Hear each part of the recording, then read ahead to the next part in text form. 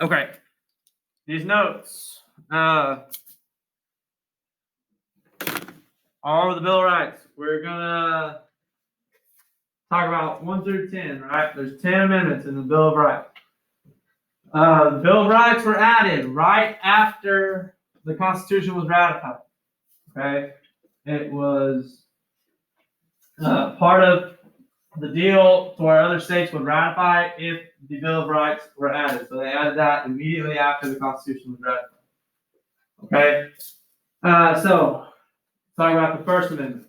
Okay, you guys are probably pretty familiar with some of the First Amendment. You may not know what all is in it. So it has the First Amendment is called the Five Freedoms. Okay, the Five Freedoms. In the First Amendment includes freedom of religion, freedom of speech, freedom of press, freedom of a peaceful assembly, and the freedom of petition. Okay, so you get all those freedoms. Like with freedom of religion, you are free in America to worship in whatever religion you so choose. Okay, as long as it's not harmful.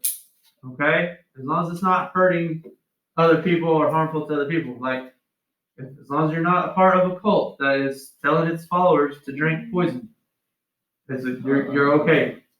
Okay, that would be like, and that would be an example of one that you're not protected by the First Amendment, freedom of religion. Okay, freedom of speech. You're free to say whatever you want, except you might assassinate the president. Okay, that would be something where you could still get in trouble for that. Okay, or yelling fire in a crowded movie theater. Okay, that's happened. There's a court case about that. That is something that has happened. You cannot do that if there's not actually a fire. Okay, because a lot of people try and go through one door. Somebody gets trampled, little grandma. She don't wake up. Okay, I'm just saying that's what happened. So that's the reason you can't do that. You're not protected under your First Amendment right, your freedom of speech for that type of speech. Okay. Freedom of press, propaganda. You can print whatever, just about whatever you want. Same thing, as long as it's not inciting violence. Peaceful assembly. You are free to assemble peacefully. You can protest as long as you're not breaking the law. Okay, as long as you're not inciting violence, starting riots and stuff like that. And petition, same thing. As long as it's not violent, as long as you're not breaking the law. Okay? Any questions about those? Okay. So the Second Amendment, the right to bear arms, the right to keep and bear arms. Well, some of you probably heard this one a lot, especially recently. You probably heard about this one. So the Second Amendment says, a well-regulated militia being necessary to the security of a free state, the right of the people to keep and bear arms shall not be infringed. Okay, so what that's saying is that it is your right to own a firearm if you so choose. Okay, and it can't be taken away from you. It cannot be forcibly taken away from you. You give it up. You give it up. That's on you. Okay, but it is the right of people to keep and bear arms for the security of a free state. So, like to protect yourself against the government becoming too powerful, you have the right to own guns. Okay, now you give up that right if you are convicted of like a felony. Okay, felons cannot own guns legally. All right, so there are certain things you give up if you commit crime. Okay, does that make sense? If you just follow the law, you can own guns and you are given these rights. But if you break the law, you forfeit some of those rights. Okay, especially as a felony. Okay, the Third Amendment. So everybody, does everybody remember the Quartering Act we talked about back when the British troops were allowed to live in the American colonist houses? Okay, so obviously that they didn't like that very much. They made sure they added it to the Bill of Rights. It was the Third Amendment. Okay, so no soldier shall in time of peace be quartered in any house without the consent of the owner, nor in time of war, but in a manner prescribed by the law. So all that's saying is no soldiers are allowed to live in a person's house forcefully or without permission of the owner. Okay? So a soldier can't move into somebody's house and kick them out unless they have permission from the owner of the house. Okay? And that is put into effect because of the Quartering Act. Okay, the Fourth Amendment protects against unreasonable searches and seizures. Okay? In seizure, we're talking about when they take something, okay, when they seize something. So this says the right of the people to be secure in their persons, houses, papers, and effects against unreasonable search and seizure shall not be violated, and no warrants shall be issued but upon probable cause. So no one can be searched, and no personal items can be taken without reason. Warrants must be issued for specific items that are being searched. Okay, so what that's saying is that for something, like if your house gets searched, they have to have a warrant to come into your house. It has to be specific for what they're searching for where they can search. Like they say they want to search your house, and that's all the warrant says. They can't go search the barn too, out back. Okay, or if they wanted that, they'd have to say search the entire property, and they can look at everything. Okay, or if you get pulled over, then they have what's called probable cause. Probable cause to enter your vehicle if they walk by the back seat and they see a whole pack of drugs just laying there in the back seat. That's probable cause they can search your car. Okay? But if you roll down the window and a smoke cloud rolls out, probable cause they can search your car. Alright? Just saying. Kind of how that goes. And warrants have to be issued based on probable cause. They can't just be, hey, I think I saw something that's kind of suspicious. Give me a warrant so I can go search their house. Okay, no, it has to be, what did you see? And I need to, it has to be specific reason to be able to get it. All right. All right, Fifth Amendment, double jeopardy. What that is, it goes with double jeopardy and self-incrimination. They go together. They're the same amendment. Okay? So what it says, any person has the right to remain silent and not self-incriminate. No person can be put on trial for the same offense twice, nor can any person be compelled to be a witness against himself. Okay? So what that is saying, anybody watch like the OJ trial documentaries? Okay? So on there's a person being put on trial. And they ask that person a question, and he responds, I would like to exercise my Fifth Amendment right. Okay? Ask him another question. I would like to exercise my Fifth Amendment right.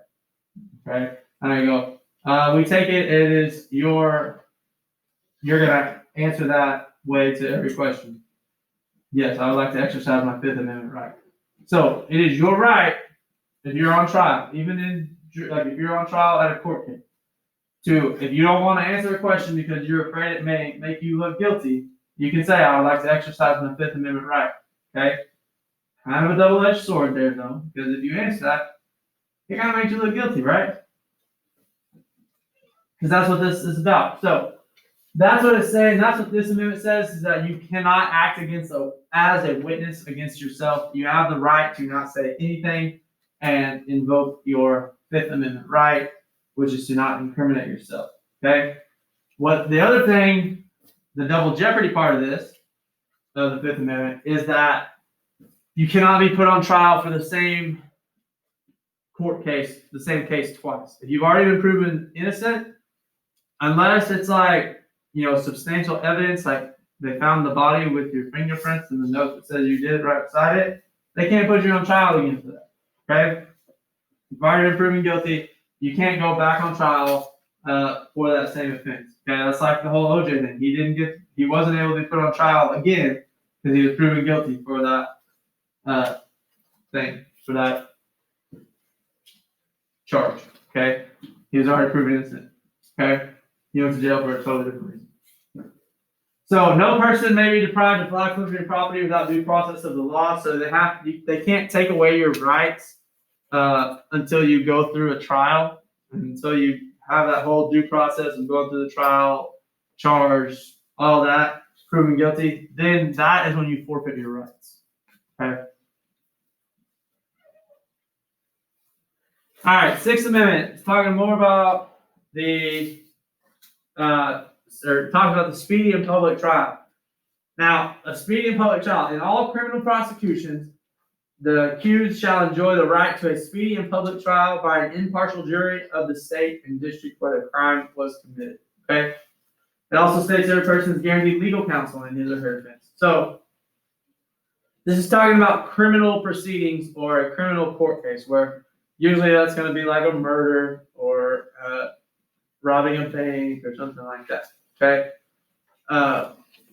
Now, you have a right to a trial by jury, meaning that you can be put on trial with in front of 12 jurors, okay, and where they listen to both sides, they listen to all the arguments, and then they decide whether or not you're guilty, okay, and they tell the judge, and the judge decides the sentence, whether if you're guilty, okay, and if you're innocent, that's it, okay.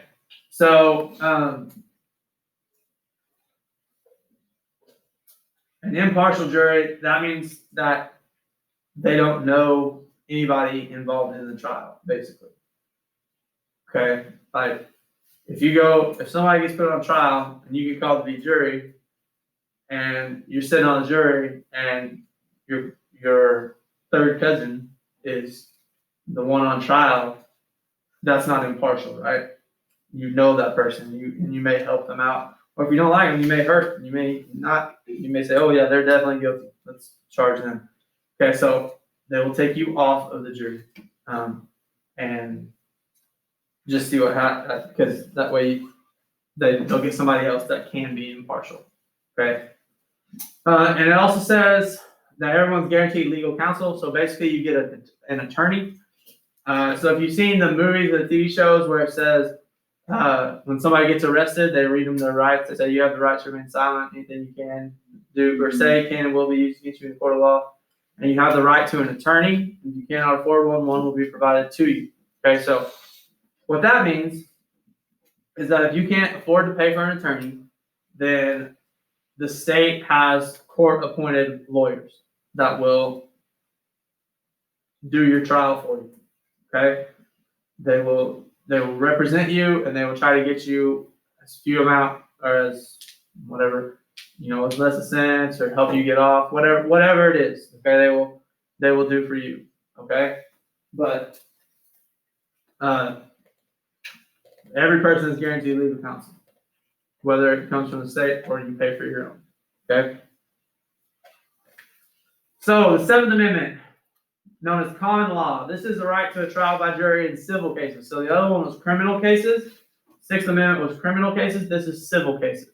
So a civil case is usually like when one person's suing another person, or usually has to do with money in one way or another. Okay. Somebody suing for damages, or somebody drove a car through their house, something like that. Okay. Let me put your mask on. Quit playing that game. What? Oh, I'm looking at the slides. Liar. No. You just clicked off the tab. I'm stupid. All right. So the civil case refers to non-criminal cases. So criminal cases being, breaking the law. Breaking the law. You usually break some kind of law is broken here as well. But this is usually civil cases are usually with one person to another trying to get the other person to pay for something. Okay. You have the right to have a jury in that as well. Eighth Amendment, cruel and unusual punishment. Okay, so this says cruel and unusual punishment cannot be imposed on any person, nor excessive bail. Okay, so all that's saying is that you can't get the death penalty for running the red light on Strong. Okay, all right, you're gonna get a fine, but you're not gonna get a $50,000 fine for running the red light. Okay, it's gonna fit the crime. It's a punishment and bail must fit the crime. Anybody know what bail is? Yeah, like what you gotta pay to get out of jail. So, like, you're not gonna get excessive $1 million bails if you just have parking tickets. Okay, so the punishment must fit the crime. It won't be excessive. It has to fit. It can't be just outrageous. Okay, it will fit the crime. So, the 9th and 10th Amendment. These are like broad umbrella type amendments. Okay, they kind of cover everything else that wasn't covered in the first 9. All right.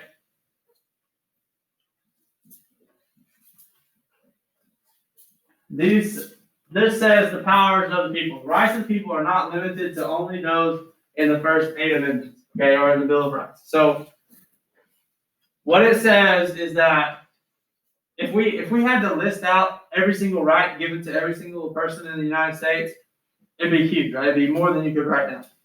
All right. So this is saying that anything not mentioned or all the rights that people have are not only limited to those in the Bill of Rights. Okay, they have more rights than just those in the Bill of Rights. Life, liberty, and property, and all the things that fall underneath that. Okay, so it's kind of broad, but that's what it means: the power of the people. That the rights are not limited to only those in the Bill of Rights. And the 10th Amendment is the power of the states, basically saying that anything not given directly to the United States national government is given to the states, okay, or the people. Unless it is specifically denied to the states by the Constitution, anything not listed in the Constitution belongs to the states, okay? So if it doesn't specifically say the national government has this power, then that power is given to the states. I know that doesn't make a lot of sense. And I know that's very broad. But that's what it was meant for. That's the reason it's written that way. That's the reason it sounds that way. It's because it's meant to be broad. All right, and plus it's kind of like I said, an umbrella type amendment that covers everything else in case they left something out. Okay, and so that's where the Supreme Court comes in to try to decipher that basically and see what it actually means. Okay. And that's their job to understand how that works. All right. So, any questions right here about this? Any of the Bill of Rights? Any of the 10 amendments?